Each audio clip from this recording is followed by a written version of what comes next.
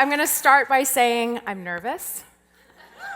I have been writing this speech in between trying to live my life and do a job, and I care what I say, so bear with me.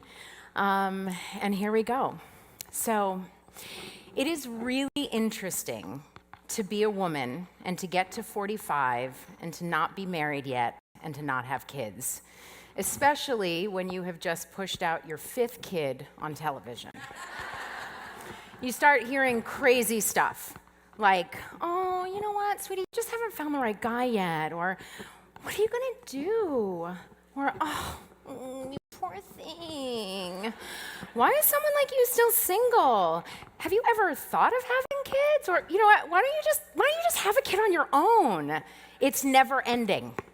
Okay, and it's not helpful. I grew up planning a wedding. My dress was going to be corseted with multiple Victorian camisole spilling off my shoulders, and I would change into a white, double-breasted suit with wide-leg trousers and a big cuff for the reception, and then I dreamed about being chosen by a powerful and sexy and kind man who had full lips and gave really good hugs and having a little baby, I was specific, and having a little baby boy by the name of Lauren. But I also dreamed of winning an Oscar, being on the cover of magazines, and making a difference in the world, and helping women find our voices. And from that dreaming, you guys, I've built a really incredible life, and I have become a woman that I am very proud to be. And then someone just walks up to you and, they're like, a friend of mine adopted at 52. I mean, it is never too late for your life to have meaning, sweetie. And my worth just gets diminished as I'm reminded that I have failed on the marriage and the carriage counts. Me. This bold, liberated, independent woman. I mean, guys, I work out, okay? I eat well. I mostly show up to work on time. I'm a good friend, a solid daughter, a hard worker. My credit's good. I take out the garbage before it gets smelly. I recycle, and I won a Golden Globe. I mean, I'm killing it. So why? Why do I get snagged this way? And as if all that I've done and everything that who I am doesn't matter. And I look back and I think about all the ways that we're told that those 2 hashtag goals, being chosen and having kids, are what makes you worthy. I mean, nursery rhymes, fairy tales, books, movies, 16 Candles, every love song, and 16 Candles, that was a good one. And even Blackish are reiterating this narrow story of husband plus child equals woman. And by the way, that doesn't discount anyone who has a husband and a child.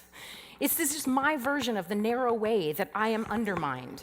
And by the way, it's not just, fairy tales and books. The patriarchy. Yeah. The patriarchy is not pleased with me right now.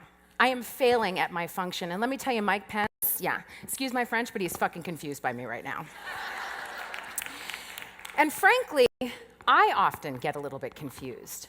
Here's something that I've done way more times than I care to admit, trying to gather the courage to tell my ex, whom I love, by the way, that I want to date other people, even though we're no longer together and we're broken up. Yeah. And during the last bout of doing just that, I did what enlightened ladies do, and I got out my journal, and I'm sitting there, and I'm free writing, and maybe I'm having a conversation with my inner child, and I write down these words: my life is mine. My life is mine. Those words stopped me in my tracks. And honestly, they brought tears to my eyes. It seems so obvious, but obviously it wasn't, because I have not been living my life as if it was my own. I mean, to a certain extent, yes. Yes, I have. But on a deep level, no. So if my life is actually mine, then I have to really live it for myself. I have to put myself first and not be looking for permission to do so. But when I put myself first, what comes back at me from very well-meaning people, men sometimes, social media, random ladies at the gym, Mike Pence, whomever, they tell me in all sorts of ways that I am being selfish, pushy, aggressive, controlling, relentless, stubborn, a slut, a nag, and my favorite, a ball breaker. Because God forbid a few balls get broken. So when we put ourselves first by doing things like saying no, speaking up, sleeping with who we want, eating what our bodies intuitively tell us to eat, wearing training bras instead of push-up bras, posting a picture without using Facetune, so bold. We are condemned for thinking for ourselves. It's funny. Because it's like a crazy thought. Like, who the heck would do that? You gotta smooth. Sorry. Or I like to tap. Tap. So it looks real, just tap it. Sorry. Okay. We are condemned for thinking for ourselves, being ourselves, for owning our experiences, our bodies, and our lives. By the way, I purposefully have one earring on. This one was messing with the mic, but I really didn't want to lose the look, okay? All right. That kind of boldness is seen as threatening and scary, and it's certainly not what the patriarchy had in mind. So join me for a moment and imagine, what would it be like for women to completely own our power? To have agency over our own glory, our sexuality, and not in order to create a product or to sell it or to feel worthy of love or to use it as a tool for safety, but instead as a way of being. Imagine that. Truly owning our own power, agency, and sexuality. Especially in this moment, in all its volatility, with all that is happening as the pussy grab tree is being shaken and grabbers are dropping like rotten fruit. At the same time as all of that, all the volatility, there's this surge of empowerment happening. Black Lives Matter, Black Girl Magic, the Women's March, Me Too. Me Too. You too? I'm trying to gather all this energy around me and step into it and match that with the realization that my life is mine. My I am a chooser 45-year-old life is mine. And it's no coincidence that these two forces are meeting at the same time. And here I am sorting out what my life looks like when it's fully mine. And honestly, it takes a certain kind of bravery. It means risking being misunderstood, perceived as alone and broken, having no one to focus on, fall into, or hide behind, and having to be my own support and having to stretch and find family and love and connection outside of the traditional places. But that's something that I want to do. I want to be the brave me, the one whose life is my own.